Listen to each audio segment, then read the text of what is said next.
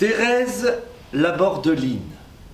Tous les 2 ans, le festival Marionnette fait vivre en simultané différents lieux culturels. De nombreuses compagnies de renommée internationale se produisent dans tout le canton de Neuchâtel. Et c'est un festival qui perdure.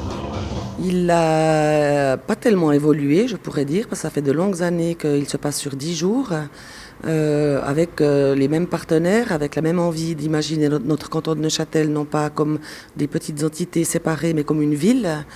Et par contre, ce qui a évolué, c'est les artistes, c'est le monde de la marionnette, c'est la manière de représenter des spectacles à travers ce médium qui a évolué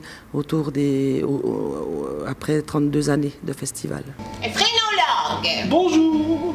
Cette année, pas moins d'une vingtaine de spectacles sont proposés durant le festival. Non. Et chaque compagnie interprète la marionnette à sa façon.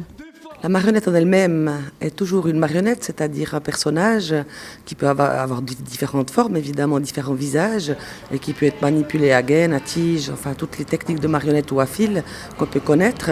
Mais sous le terme marionnette, de nombreux artistes ont développé en fait la manipulation de l'inanimé.